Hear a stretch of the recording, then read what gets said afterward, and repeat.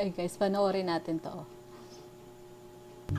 Yung akala niya yung pinakasalan niya, magandang babae at saka tahimik lang. Ang kulit ng babae.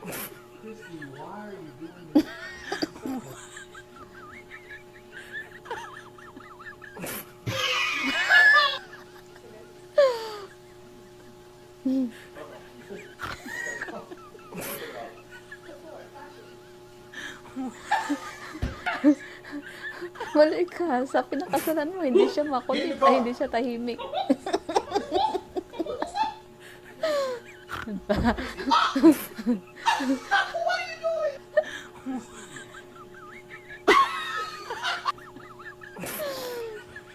Akala mo tahimik ka.